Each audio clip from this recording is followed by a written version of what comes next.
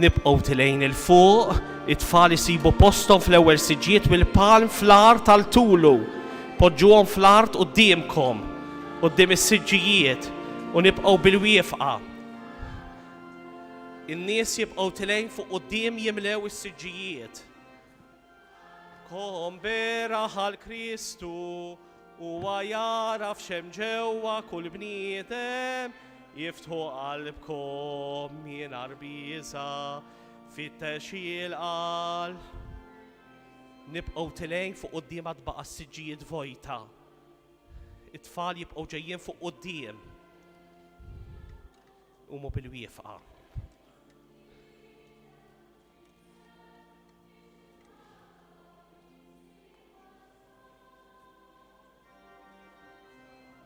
Jibqgħu tilejn minn passaġġ tan-nofs u nsibu posta fuq quddiem it-tfal fis-siġġijiet il-vojta.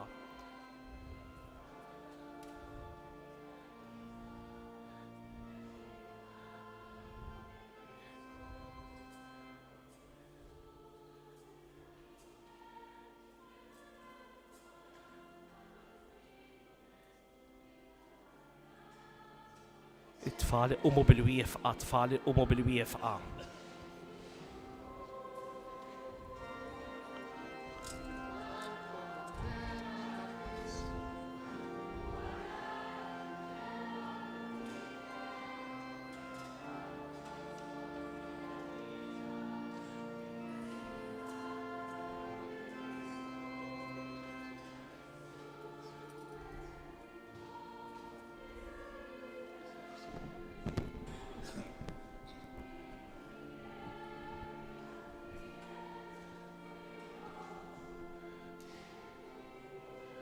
Flimkien, ħankantaw flimkien it-tfal.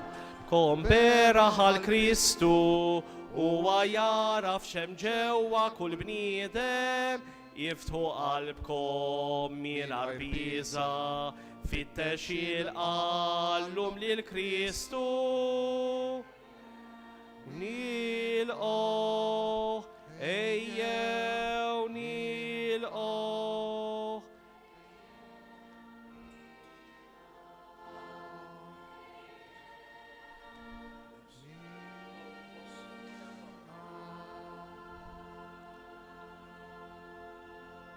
Issa li kulħadd sab postu sejrin inġabru aktar, ħalli nibdew il-qudiesa dħalna hawnhekk fil-katedral li għalini hija Ġerusalemm li flimkien ma' Ġesu sejrin ngħixu miegħu dawn il-jiem eżies sakemm bħallum ġimgħa niċċelebraw il-qawmien. Nitolbu O Alla ta' dejjem li tista' kollox.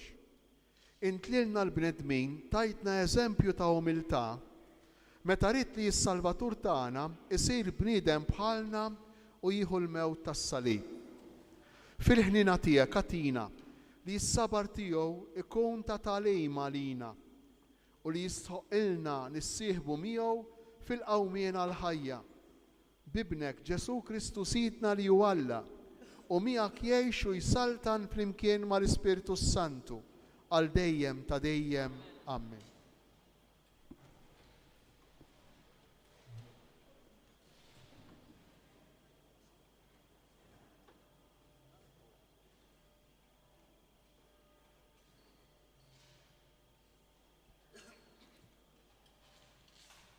L-ewwel qari mill-ktieb tal-Profeta Iżajja. Sidi il-mulej tani il-sien ta' wieħed jitgħallem biex nara f'nejn lil-lajjien b'xi kelma. Ta' kull filgħodu iqajjimli lil-widinti biex nisma' bħal wieħed jitgħallem. Sidi il-mulej fetaħ li widinti u jien ma webbisx rasi, merġajtx lura. Tajt dari lil dawk li kienu isawtuni, ħaddejja lil dawk li kienu initfuli il-ħieti. Ma ħbejtx wiċċi mit-tajjir u l-bżieq. Sidi il-mulej jgħinni, għalhekk ma nitħawwaċ. Għalhekk għamilt wiċċi bħażnied, Jien naf li ma jkollix minn xiex nistħi. Il-kelma tal-mulej.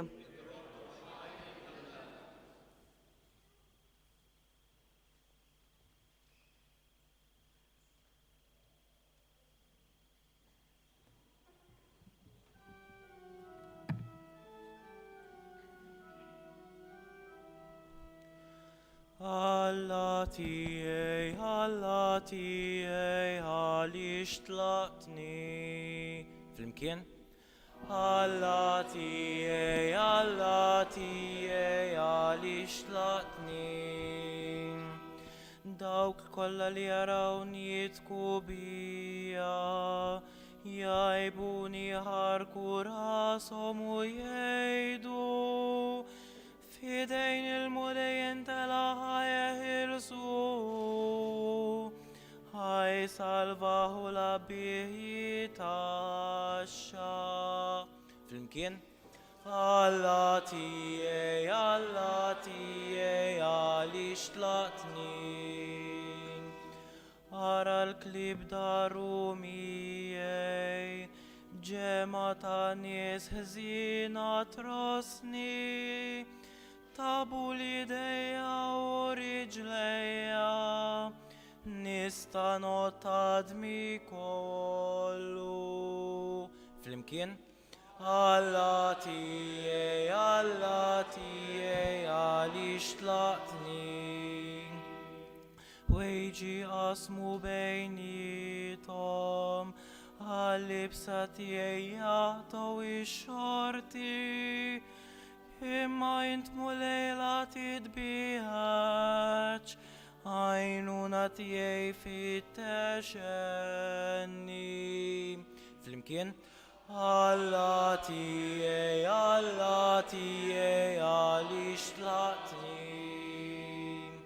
Inxandar ismek lil-ħuti f'nofs il-ġeman faħrek, faħru l-mulej intom li għandkom il-biża tiegħu, sebħu intom il-kollu li Ġakob, jibżgħu minnu intom il-koll nisel ta' Izrael. Flimkien? Alla tiegħi, għaliex tlaqtni. Alla tiegħi, għaliex tlaqtni.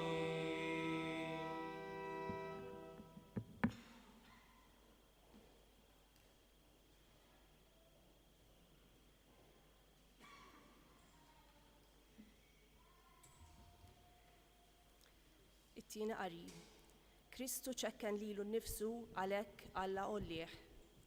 Qari mill-ittra ta' San Pawlu Apostlu lill-Filippini. Ġesu Kristu li jgħid li kellu n-natura ta' Alla ma qatx ifittex lilu tiegħu li hu daqs Alla, iżda xejjen lilu nnifsu billi ħan natura tal-sir. Sar jixbaħ lill-bnedmin u der minn barra bħala bniedem. ċekken lilu nnifsu billi jobda sal-mewt, anzi sal-mewt tas-salib. Għalhekk Alla qollih sa smewiet u żejnu bl-isem li hu fuq kull isem, biex fl-isem ta' Ġesu, fis-sema, fl-art u f'qiegħ l-art, il-ħlejjaq kollha jinslu għall-kubtejhom u kull insien jistqar Ġesu Kristu hu l-mulej għall-glorja ta' Alla l-Missier. Il-kelma tal-mulej.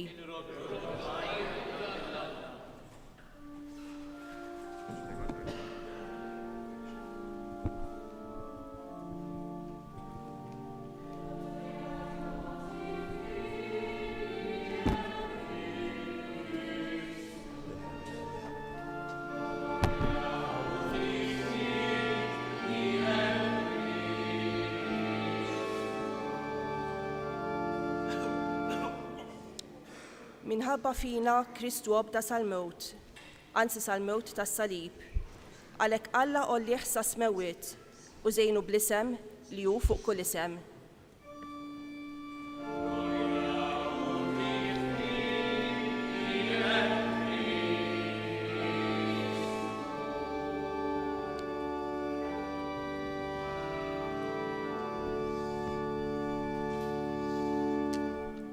Illum ġala darba ninsabu fis-sena ser nisimgħu ir-rakkont tal-Vanġelu skont San Mattew.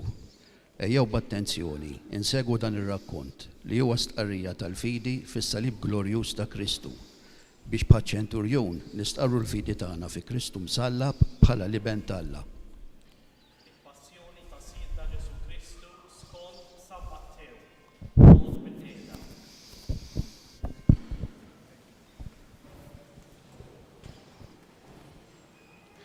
F'dak iż-żmien, wieħed mit-tnax jismu Ġuda l-Iskarjota mar ant il-qassisin il-kbar u qalilhom: Xi tridu tatuni u jiena nagħtikom lil Ġesu fidejkom. u huma taw 30 biċċa tal-fidda bħala ħlas. Minn dak il-ħin beda jfittex okkażjoni tajba biex jagħtihom lil Ġesu fidejhom. Fl-ewwel jum tal-għażmi d-dixxiepli resqu lejn Ġesu u qalulu: Fejn tridna inħejjulek l-ikla tal-għid. u hu qalilhom: Morru il-belt tant it-tali u għejdulu.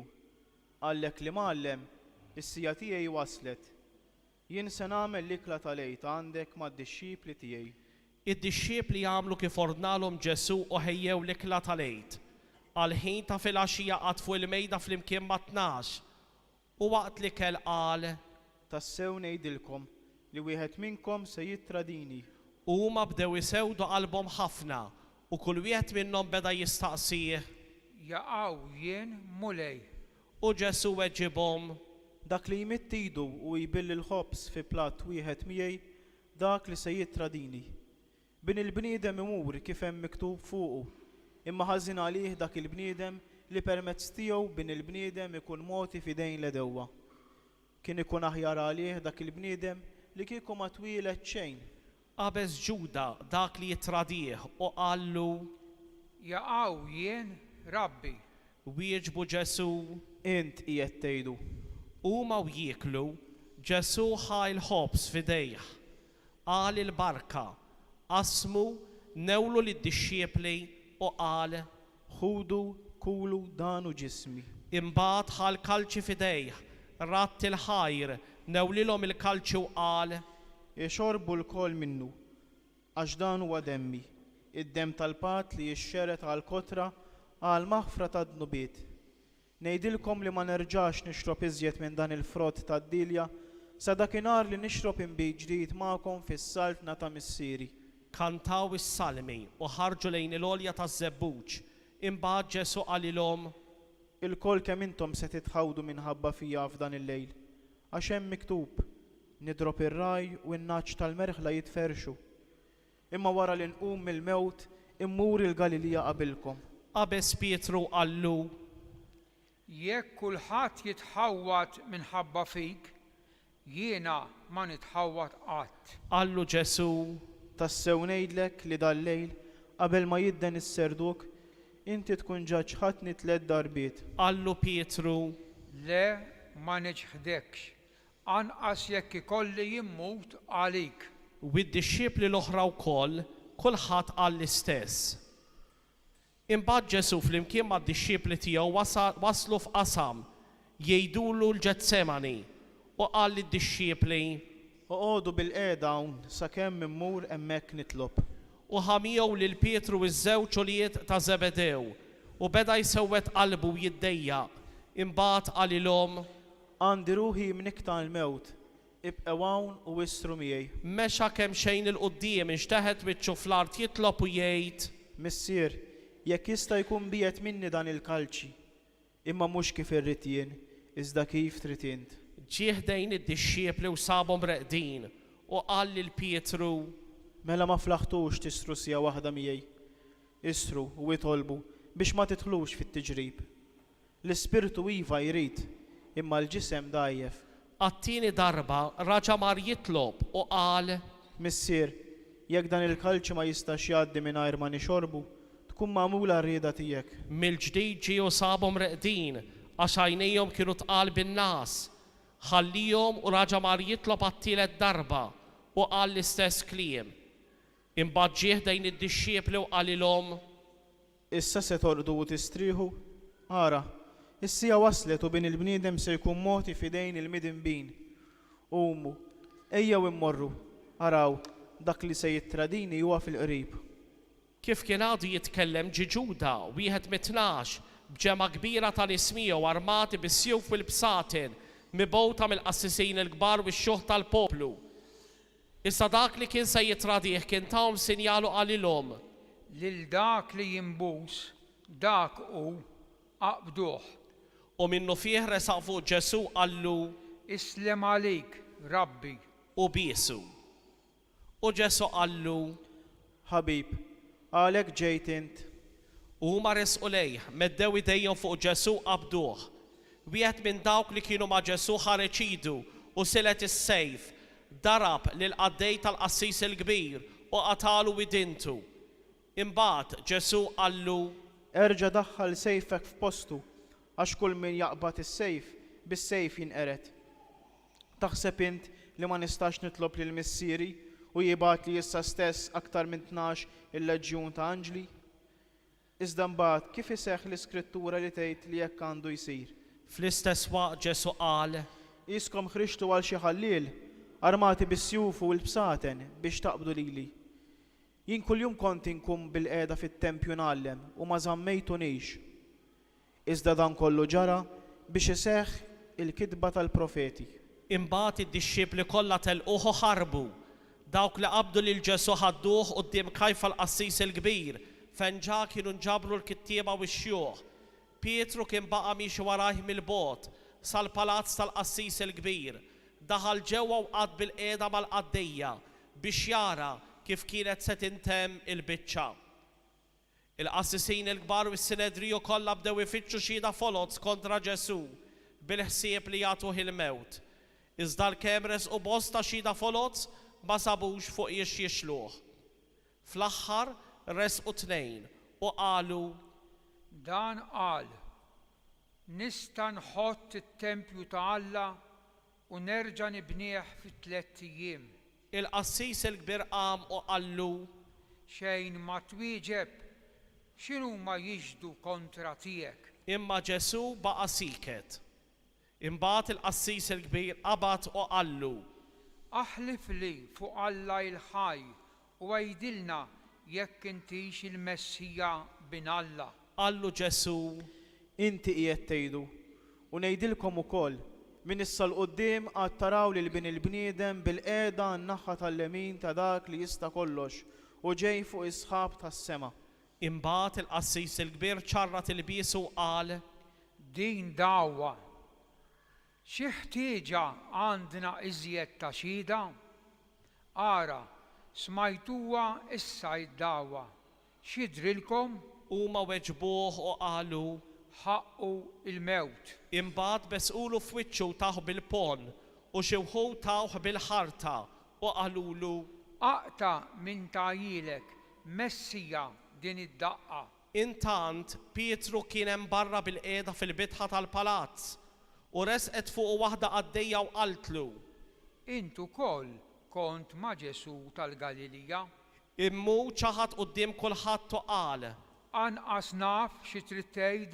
imbagħad warrab lejn il-bieb lemħitu qaddejja oħra u qalet lil dawk li kienu hemm Dan kien ma' Ġesu ta' Nażaret. u raġa ċaħat u ħalef. Jien ma nafux il-dan il-bniedem.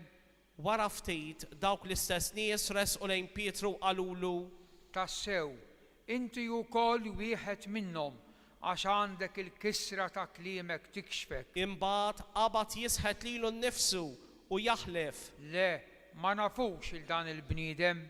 u minnu fih isserdu id-den. U Pietru ftakar fil-kliem ta' Ġesu meta qallu qabel ma s-serduk jidden int tkun ġaġ ħadni 3 darbiet u ħareġ il-barra jibki biki taqsim il-qalb. L-għada filgħodu l-qassisin il-kbar u x-xuħ tal-poplu ftehmu l-kol bejniethom biex lil Ġesu jaqtaw ilu għal-mewt. Rabtuh u ħaduh magħhom biex jaduh fidej Pilatu l-gvernatur.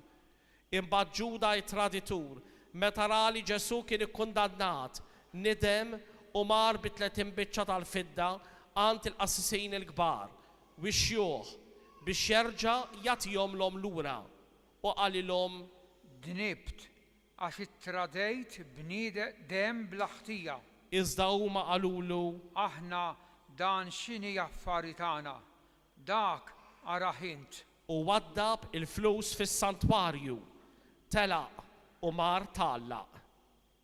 Imbagħad il-qassisin il-kbar ġabru l-flus minn hemm u qalu Dawn ma nistgħux inqeduhom mal-offerti għax huma prezz tad-demm. ftehmu bejniethom u b'dawk il-flus xtraw il-għalqa ta' ħaddiem il-fuħħar biex fija jitfnu l-barranin. Kien għalhekk li dik l-għalqa semmiet il-għalqa tad-demm u hekk għadha magħrufa sal-lum. Imbagħad seħħ dak li kien ingħad permezz tal-profeta Ġeremija meta qal u ħadu 30 biċċa tal-fidda, il-prezz ta' dak li kien stmat bil-prezz moti minn ulijiet Iżrael u tawhom għall-għalqa ta' ħaddiem il-fuħħar kif ikkmandani il-mulej. Ġesu waqaf quddiem il-gvernatur u dan staqsih Int is-sultan tal-Lut u Ġesu wieġbu. Int qiegħed tgħidu. Iżda meta l-qassisin il-kbar u x-xjuħ bdew jakkużawh u ma wieġeb xejn. Għalhekk Pilatu qallu m'intix tisma' kemm ħwejjeġ qegħdin jiġdu kontra tiegħek. iżdu anqas l-akkuża waħda ma wieġeb. Hekk li l-gvernatur baqa' mistaġeb ħafna. Nar ta' festa, il-gvernatur kien soltu jitlaq wieħed ħabsi lil min iridu huma. Dik il-ħabta kellhom wieħed ħabsi magħruf jismu Barabba. Mela kif kienu miġbura, Pilatu qalilhom Lil min tridu nitilqilkom lil Barabba jew lil Ġesu li jgħidulu il-Messija. għax hu kien jaf li kienet lejra li ġalithom jagħtuh lil Ġesu f'idejhom. Issa waqt li kien bil-qiegħda fuq is-siġġu ta' tribunal, martu bagħtet tgħidlu Qis li ma jkollokx taqsam ma dan ir-raġel ġust, għax illum minħabba fih batejt ħafna fil-ħolm. iżda l-qassisin il-kbar u x-xjuħ ġelu l-poplu jitolbuh lil Barabba u jeqirdu lil Ġesu. Il-gvernatur mela raġa staqsihom Lil min triduni nitilqilkom minnhom it-tnejn weġbuh il-koll lil Barabba. qalilhom Pilatu U x'nagħmel b'Ġesu li jgħidulu bil-Messija? weġbuh il-koll Salbu. u staqsihom Imma x'għamel ħażin? u maktar bdew jgħidu jgħidu. Salbu. Meta imbagħad Pilatu ra li kollox kien għal xejn, anzi li aktarx kienet se tiqqala xi rewwixta qabel ħasel idejh fl-ilma quddiem il-poplu qal Jien minix ħati ta' dan id-demm. Dan araw intom. u l-poplu kollu qabes u qal Demmu fuqna u fuq uliedna. imbagħad telqilhom lil Barabba u lil Ġesu wara li taħ iswat tawlhom biex isalbuh. Inqumu bil-wifqa. Imbagħad is-soldati tal-gvernatur ħadu lil Ġesu fil-pretorju u ġabru quddiemu lil sħabhom kollha. Neżżowhu xeħtulu fuqu mantara ħmar skur, edulu fuq rasu kurula minn suġa mix-xewk u qasba fidu l-leminija.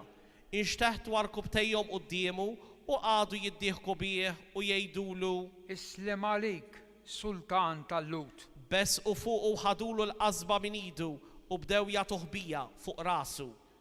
Imbagħad wara li għaddew bis-sufjet, neżżowlu l-mantaru xeddewlu ħwejġu u ħaduh magħhom biex isalbuh. Huma sejrin sabu raġel minn Ċireni jismu Xmun u ġaluh jerfalu is-salib.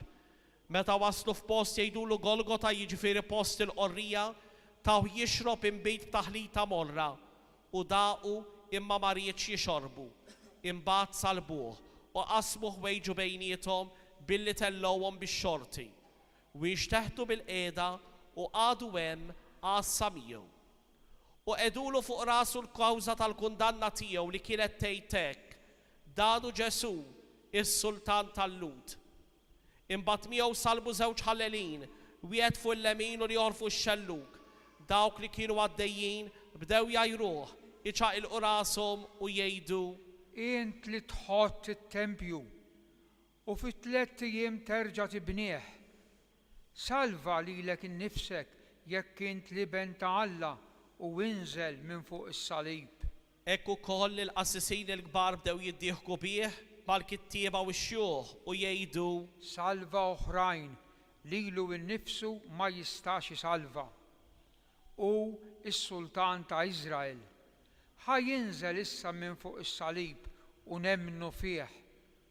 U jafda falla, ħajjeħilsu issa jekk iħobbu għax hu qal jiena bin Alla. U bl-istess mod dew imaddruh ukoll il-ħallelin li kienu msalbin miegħu. Mis-sitt sija l-quddiem waqgħet dalma kbira fuq il-pajjiż kollu sad-disa' sija. U madwar id-disa' sija Ġesu għajjad bleħen qawwi u qal: Eli, Eli, lema sabaqtani. Jiġifieri, Alla tiegħi, għaliex tlaqtni. Xi wħud minn dawk li kienu hemm kif semgħuh qalu: Lil-Elija qiegħed isejjaħ dan. U minnu fih, wieħed minnhom mar jiġri qabad sponża mimlija bil-ħall waħħalha f'tarf ta' qasba u taħ jixrob. Waqt li l-oħrajn qalu: Stenna, ħanaraw jiġix Elija isalvah.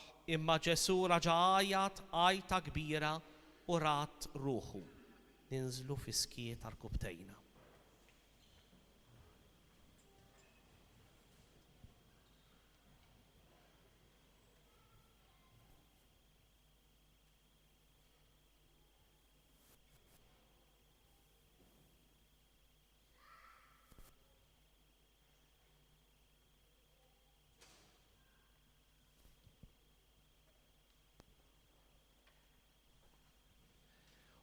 U wara, il-portiera tas-santwarju iċċartet fit-tnejn minn fuq s'isfel. L-art teżżet u l-blat inqasam u l-oqbra nfetħu u qamu ħafna itzma ta' qaddisin li kienu mietu li ħarġu mill-oqbra u wara l-qawmin tiegħu daħlu fil-belt imqazza u deru lil bosta nies. Iċ-ċenturjun u dawk li kienu miegħu għassa ta' Ġesu kif law l-art teżżes u jiġri dak kollu imtlew biża' li ma bħalu u qalu: Dan tassew bin Alla. Hemmhekk kien hemm ħafna nisa jħarsu mill-bogħod, dawk stess li kienu mxew wara Ġesu biex jaqduh sa minn meta kien għadu fil-Galilija. Fosthom kien hemm Marija ta' Magdala, Marija Ġagbu Ġuseppi u ommu li Zebedew.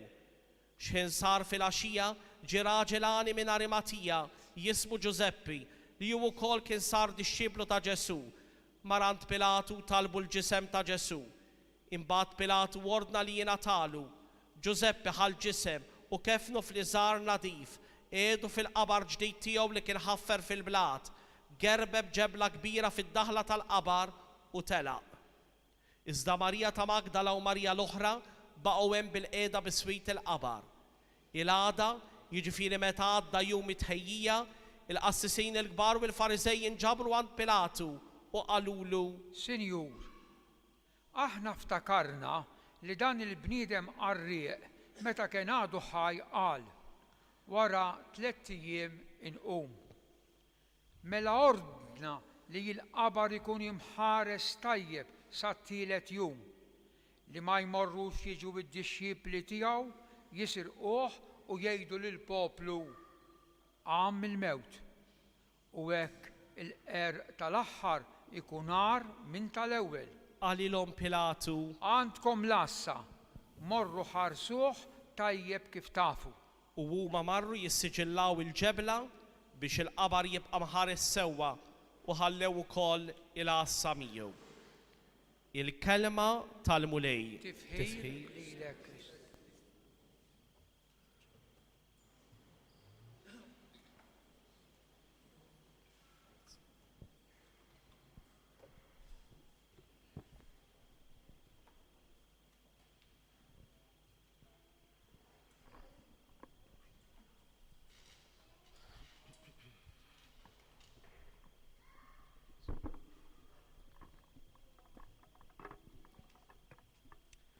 ħanara min jiftakar bħallum sena min kien hawn hawnhekk għawdex. Bħallum sena. Issa ħanaraw min jiftakar. Ħanaraw issa. Min kien hawn bħallum. Kien hawn il-Papa. Bħallum sena kien hawn il-Papa. Intom tiftakru li kien hawn il-Papa bħallum sena? Il-Papa Franġisku? Le. Għandkom raġun għax kontu għadkom żgħar sena ilu. U meta ġie l-Papa naħseb li għawdex kollu u xek. U Malta kollha konna kuntenti. Kien hawn spirtu kbir ta' festa minn kien ta' Pino jaf x'qiegħed ngħid. Imma mhux biss anke minn ma rnexxilux ikun hemm. Kollha kemm aħna assistejna għal din il-ġrajja straordinarja. Din il-ġrajja mhux tas-solt għax ġie l-Papa f'nofsna. Is-sintom tafu din il-ġimgħa aħna x'festa se nagħmlu? Mhux tal-Papa ta' xi ħadd li wisq ikbar mill-Papa. Ħanamlu l-festa ta' Ġesu li ġie f'nofsna bħalma ġie l-Papa sena ilu. U dan mhux biss ġie f'nofsna imma għamel ħafna ġid billi għamel il-mirakli.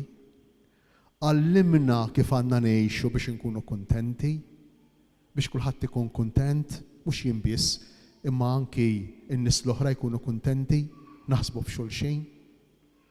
U tant kien raġel tajjeb Ġesu illi ħalla n-nies li ma kinux tajbejn, in-nies il-ħżiena, jagħmlulu dak li jridu huma. Tant kien raġel tajjeb. Tant kellu qalbu tajba illi ħalla lil kulħadd jagħmel bih li jrid, jgħajru, isawtu, jobżoqlu, saħansitra jsalbu. U aħna din il-ġimgħa se niċċelebraw imħabba tal-ġen, imħabba li qatt ma rajna bħala. Interessanti għax fil-Vanġelu smajna fl-aħħar li l-velu iċċarrat tat-tempju, tiftakru? Iċċarrat il-velu tat-tempju. Tafu x'jiġifieri iċċarrat il-velu tat-tempju? Għax wara l-velu kien hemm il-preżenza ta' Alla, il-qaddejs tal-qaddisejn fl-arka tal-patt.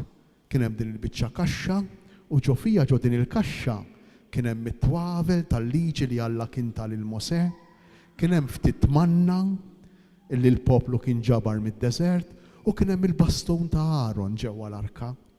U mill-lowt kienu jemmnu li hemmhekk kien hemm il-preżenza tal-Alla moħbija u ħadd ma seta' jidħol minn wara dik il-purtiera lanqas ħadd. Ħlief il-qasis il-kbir darba fis-sena, darba f'sena. U l-Vanġelu jgħidilna li dik il-purtiera iċċartet. Għaliex iċċartet il-purtiera? Għax issa Alla m'għadux moħbi, Alla m'għadux motti, imma nkixef f'min inkixef, min kixfu lil Alla? Inkixef fil-persuna ta' Ġesu. Aħna nistgħu niltaqgħu ma' Alla, aħna nistgħu nisimgħu lil Alla jkellimna, aħna nistgħu nħossu l-imħabba ta' Alla lina fil-persuna ta' Ġesu. U wara kemm sabiħa u nispiċċa bija. Il-lowt u s-sallum anki aħna meta jiżżewġu l-aros x'jagħmel? Jikxef il-velu minn fuq wiċċ l-arusa biex jiżżewwiġha. U dan li jagħmel Ġesu fil-passjoni tiegħu u fil-mewt tiegħu din iktar akbar milli għażżar. Ġesu kixef il-wiċċ tal-arusa, kixef il-wiċċ tiegħi u tiegħek. Neħħa il-velu biex inkunu nistgħu naraw aħjar lill-Alla.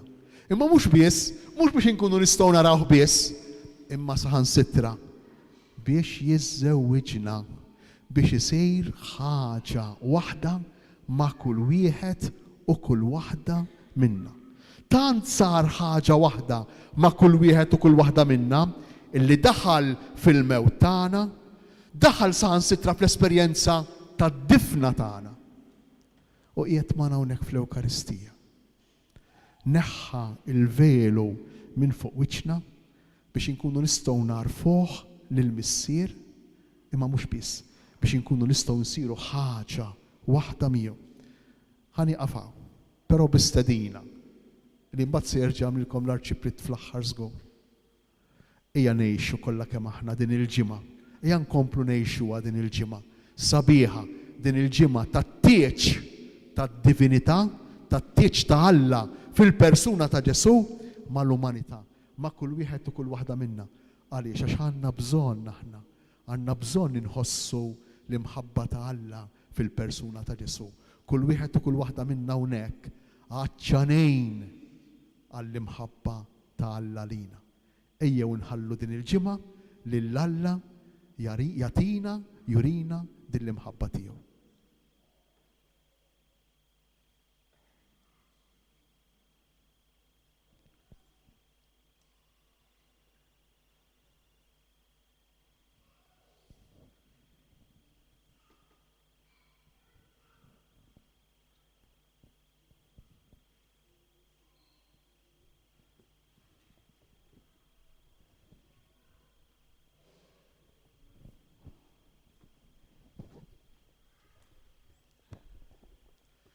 Issa nqumu bil-wieqfa u nistqarru flimkien il-fidi tagħna. Jiena nemmen f'Alla wieħed il-Missier li jista' kollox li ħalaq is-sema u l-art, dak kollu li jidher u dak li ma jidirx.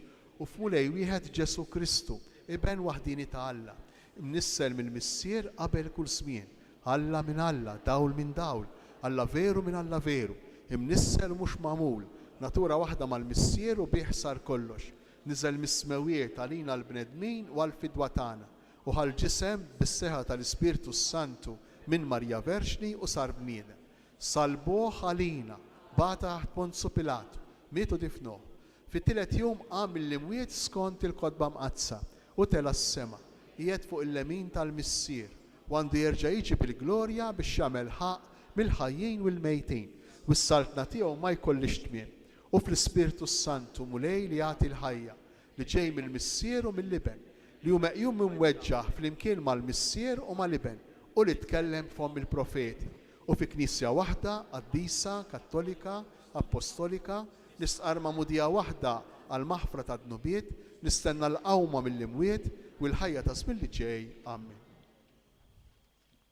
Ħuti Jeżis, Sidna Ġesu illum daħal Ġerusalem fost l-ajjat ta' tfal u tal-kbar biex jagħti bidu għal passjoni tal-imħabba tiegħu. Nissieħbu magħhom aħna wkoll u b'fer kbir infaħruh u ngħidulu imbierek minn ġej f'isem il-mulej. Imbierek minn ġej f'isem il-mulej.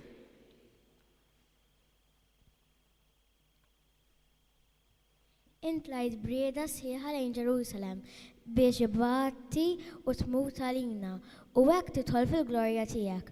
Wassal il-Knisja tiegħek għal ferħ tal-Eid bla tmiem. Nitolbu. Imbierek minn ġej f'isem il-mulej.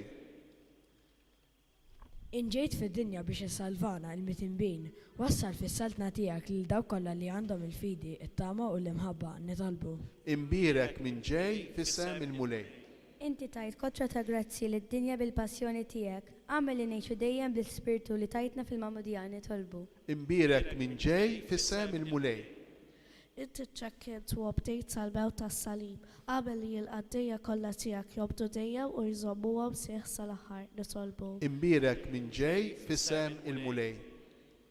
F'dan il-jum dinji dedikat liż-żgħażagħ nitolbu għaż-żgħażagħ kollha biex jibqgħu jistaħru wara Kristu waqt li jurihom is-sigriet tal-milja fil-ħajja mwettaq fil-mewt glorjuża tiegħu fis-salib. Nitolbu.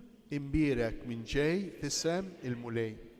Mulej Ġesu Kristu, għatina li niċċelebraw il-misteru tal-passjoni tiegħek biex ikollna l-maħfra ta' dnubietna.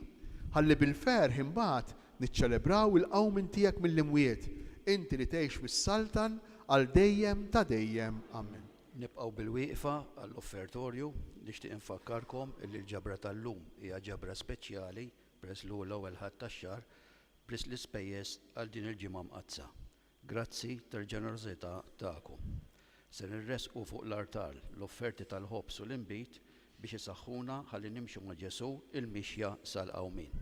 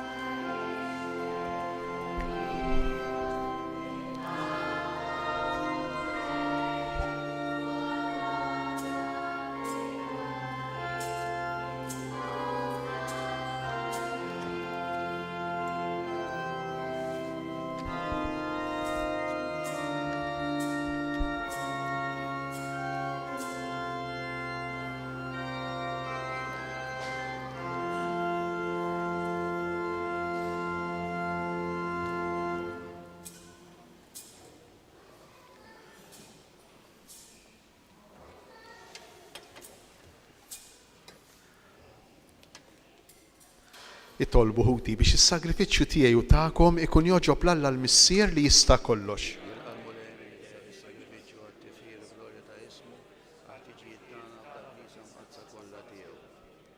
Għal passjoni ta' ibnek il-waħdini taffi issa mulej il-korla tiegħek għalina. Mhux għax jistoqilna minħabba xi jemil tajjeb tagħna, iżda bil-qawwa tal-ħnina tiegħek u ta' dan is-sagrifiċċju waħdini li sejrin nofrulek bi Kristu Sidna. Il-mulej magħkom, nerfgħu qlubna l-fuq, niżuħar lil mulej Alla tagħna. Sewwa u xieraq tas-sew mulej missier qaddis, Alla ta' dejjem li tista' kollox, tajjeb u ta' ġej tas-salvazzjoni tagħna li dejjem u kullimkien inroddulek ħajr bi Kristu Sidna. U li ma kellux ħtija, oġbu jbati għal ħatja u għal ħżiena jilqa' kundanna li ma kienx ħaqqu. Bil-mewt tiegħu ħassar il-ħtijiet tagħna u bil-qawmin tiegħu għal ħajja kiseb għalina il-ġustifikazzjoni. Għalhekk flimkien mal-anġli kollha aħna wkoll infaħruk u b'ferħ kbir intennulek.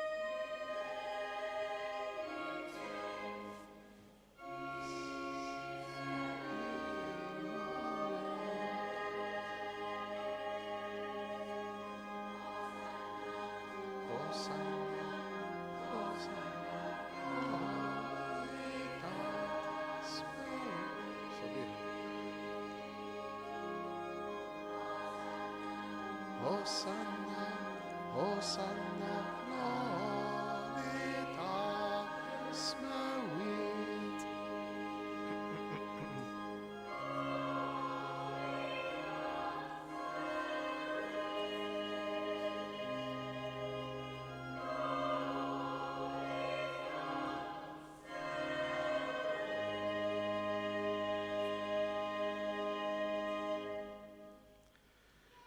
Qaddis tas-sew int mulej, inti lajn ta' kull qdusija. Qaddis għalhekk nitolbuk dawn l-offerti bil-barka tal-Ispirtu tiegħek biex isiru għalina l-ġisem u d-dem ta' Sidna Ġesu Kristu, li meta kien se jingħata biex minn rajħibati ħajl ħobs, ratti l-ħajr, qasam tal id-dixxipli tiegħu u qal: ħudu u kulu il-kol minn dan, għax dan huwa ġismi li jingħata għalikom.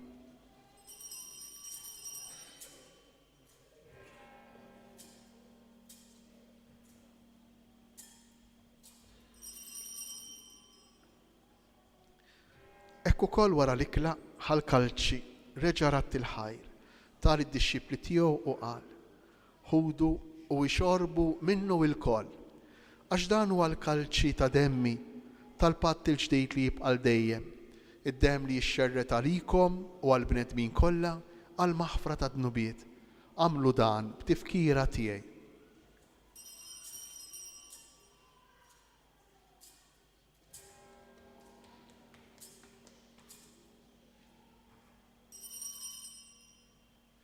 Dan hu il-misteru tal-fidi.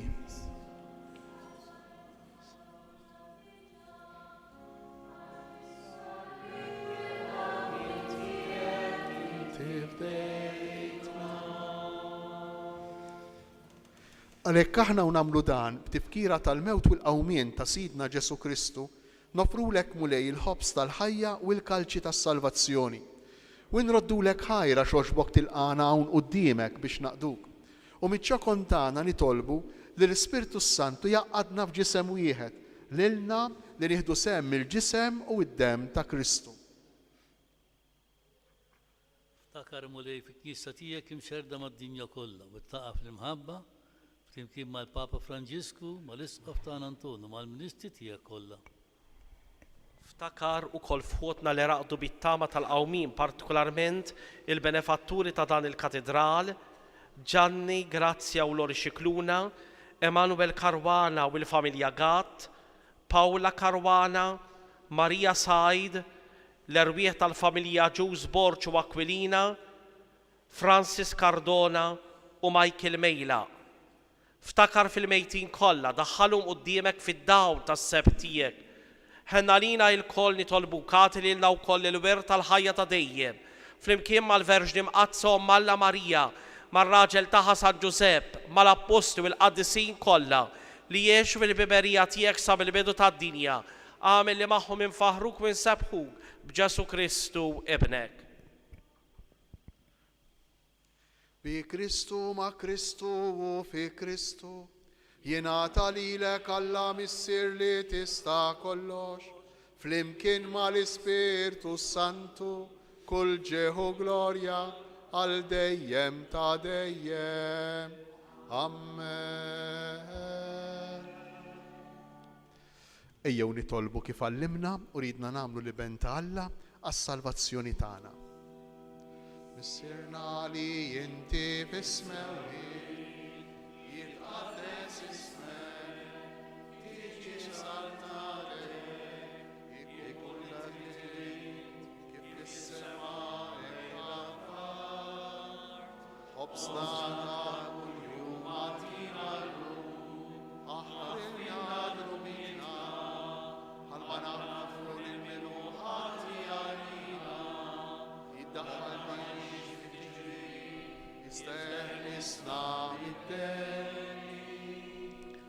Eħlisna nitolbuk mulej minn kull deni, għatina fit-tieba u l-ħnina tiegħek il-paċi fi żmienna biex inkunu ħilsa dejjem midnub u imħarsa minn kull inkwiet. Aħna u nistennew u nittamaw lejna u l-miġja tas-Salvatur tagħna Ġesu Kristu. Mulej Ġesu Kristu, li qed lill-apostli tiegħek inħallilkom isliem natikom isliem tiegħi, tħarix lejn dnubietna, iżda ħares lejn il-fidi tal-Knisja tiegħek. Għatija sliem u laqda li jintrid fija, int li tgħix wis-saltan għal dejjem ta' dejjem.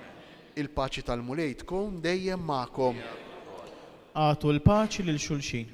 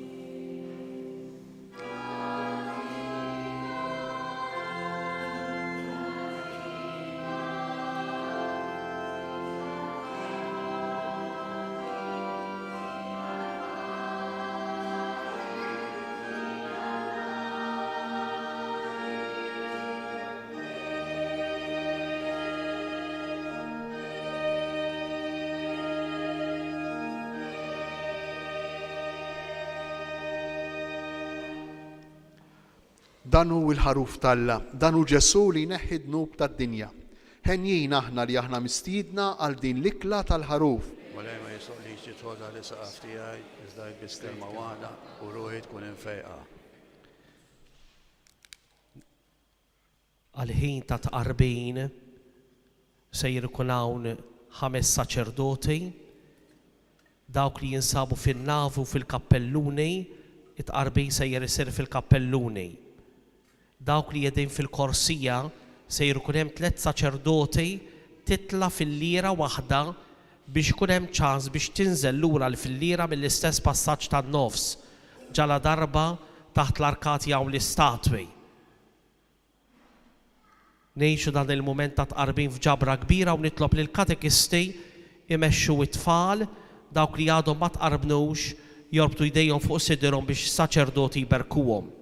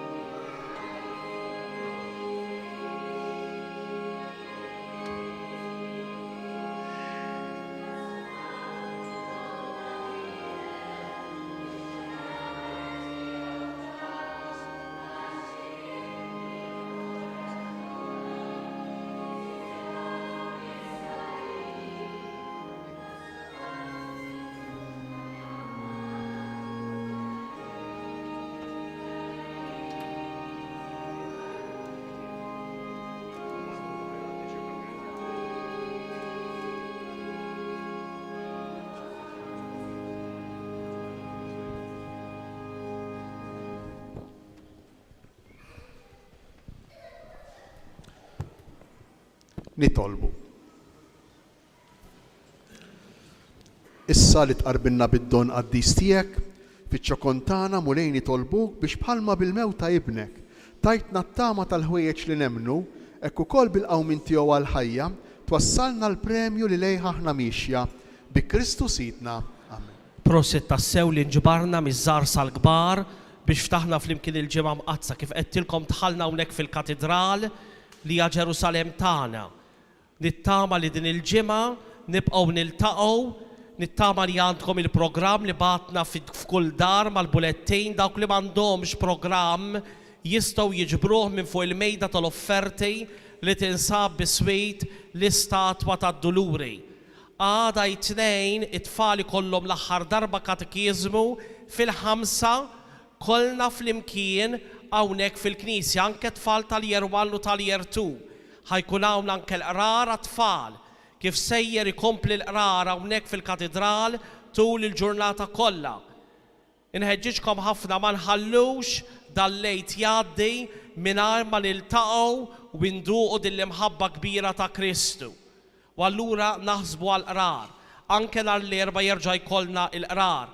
Ħames ix-xirka ċelebrazzjoni fil-għaxija fis-7, nhar il-ġimgħa l-kbira fid-9 jkun hawn il-viesti u fit-3 u nofs l-adorazzjoni tas-salib, fis-6 l-purċissjoni. Is-sibt ma jkun hawn l-ebda ċelebrazzjoni imma jkollna l-ikbar ċelebrazzjoni fit-8 ta' filgħaxija li matula wieħed adult sejjer jirċievi is-sagramenti tal-magħmudija, tal-griżma, tal-isqof, il-konfermazzjoni u l-ewwel tqarbina. Inħeġġiġkom sabiex niġu ħalli niċċelebraw flimkien il-lejl qaddis tal-Eid. Ngħid grazzi lil dawk kollha illi jimpenjaw irwieħhom bisħieħ sabiex jagħtu daqqatejn f'dak kollu li jkun hemm meħtieġ għal dawn il-jiem ta' ċelebrazzjoni. Nhar it-tlieta filgħaxija fit-8 il-Bandaleone tistieden lil kulħadd tal-kunċert ta' mużika funebri hawnhekk f'dan il-katedral. Dawk it-tfal li ġabu l-karuss tal-karità biex nixtru ġenerator tad-dawl għall-Ukrajna fejn hemm il-gwerra, nitlobhom iħalluh miegħi wara. Dawk li nsew iġibuh illum jistgħu jġibu ħada fil-ħin tal-katekismu. Fil-kappella ta' Santa Barbara għal min jixtieq hemm wirja sabiħa li ta' min iżura. Il-mulej magħkom. Nitolbu il-barka ta' Alla. Alla l-missier ta' kull ħnina li bil-passjoni ta' ibnu ta'kom eżempju ta' mħabba jagħtikom li taqdu lill-Alla u lill-bnedmin u tiksbu d-don kbir tal-barka tiegħu. Amen. Iwassalkom għal ħajja ta' dejjem lilkom li temnu li l-mewt ta' Kristu teħliskom mill-mewt ta' dejjem. Amen. Bħalma timxu fuq l-eżempju tal-umiltà ta' Kristu, hekk il-mulej jisaħibkom miegħu fil-qawmien għall-ħajja. Amen. U jberikkom Alla li jista' kollox, il-Missier, l-Iben u l-Ispirtu Santu. Amen. Morru fil-paċi ta' Kristu. Inroddu ħajr lill-Alla.